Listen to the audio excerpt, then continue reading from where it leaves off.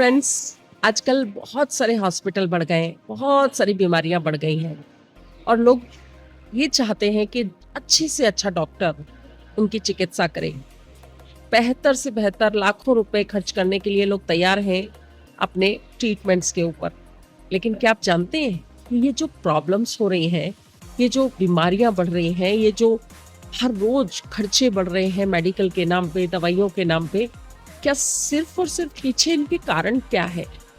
एक बहुत बड़ा कारण जो कि हम सब लोग देख ही नहीं पा रहे, वो कारण है इमोशनल इमोशनल सप्रेस कर देना।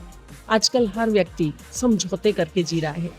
महिलाएं को देखिए तो वो काम करना चाहती हैं, लेकिन बच्चों की जिम्मेदारी, घर परिवार की जिम्मेदारी और अपनी उनके परिवार की अंडरस्टैंडिंग का प्रॉपर ना होना उनके अंदर एक घुटन पैदा कर रहा है। और ये जो घुटन है ना, ये बहुत सारी बीमारियों का कारण है। आपने देखा होगा महिलाओं के अंदर जब बहुत सारी घुटन पैदा हो जाती है तो थायराइड जैसी प्रॉब्लम, गायनी से रिलेटेड प्रॉब्लम्स बहुत ज़्यादा तंग करने लगती हैं और फिर एक सिलसिला शुरू हो जाता है डॉक्टर के यहाँ जाने का, लगातार ट्रीटमेंट लेने का, लगातार मेडिसिन चलने का, और वो खुद नहीं समझ पाती कि क्या प्रॉब्लम है और क्यों हो रही है। और इलाज भी नहीं हो पाता क्योंकि ट्रीटमेंट किस चीज़ का हो रहा है, दवाइयाँ किस चीज़ की दी जा रही हैं, सॉल्यूशन उस चीज़ का नहीं किया जाता जिसकी वजह से प्रॉब्लम बनी है। इसी तरह से यदि हम पुरुषों की बात करें तो आजकल अपनी इनकम को लेके, अपनी जॉब को लेके, अपने काम को लेके कितनी फ्रस्ट्रेशन है। जो आज के स्टूडेंट हैं जब पढ़ के बाहर निकलते हैं तो क्या सचमुच उनको अपनी पसंद के हिसाब से वर्क मिल पा रहा है?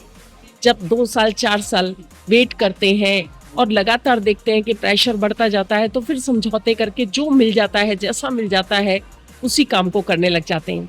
और फिर परिवार का बोझ बढ़ना और लगातार फैमिली की डिमांड बढ़ना, और उनको कहने के लिए शायद कहते हैं ना मर्द को दर्द नहीं होता, वो कह भी नहीं पाता किसी से कि यस मुझे ये तकलीफ है।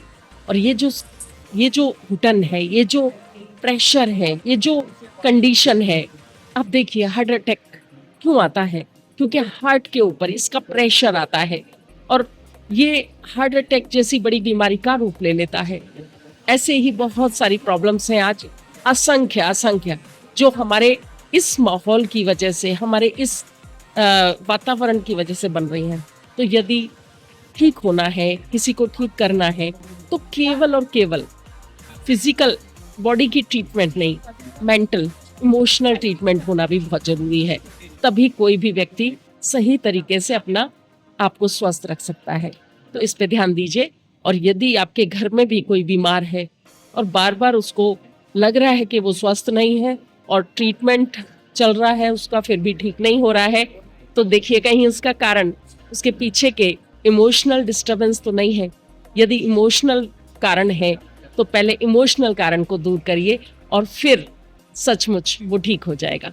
तो वो आपके परिवार का सदस्य है, उसके बारे में सोचना आपकी बहुत बड़ी जिम्मेदारी है।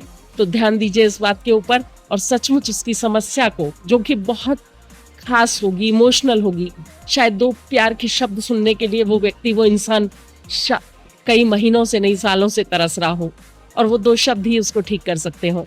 तो ऐसी छोटी छोटी चीज़ों की वजह से यदि कोई हमारे परिवार का सदस्य बीमार है तो उसको स्वस्थ रहने में मदद कीजिए। और ये वीडियो अगर आपको पसंद आई हो तो लाइक करिए, कमेंट करिए और शेयर करिए ताकि ज़्यादा से ज़्यादा लोग इसका कारण समझें और अपने परिवार की इमोशनल मदद करके अपने परिवार को स्वस्थ रहने में सहयोग कर सकें।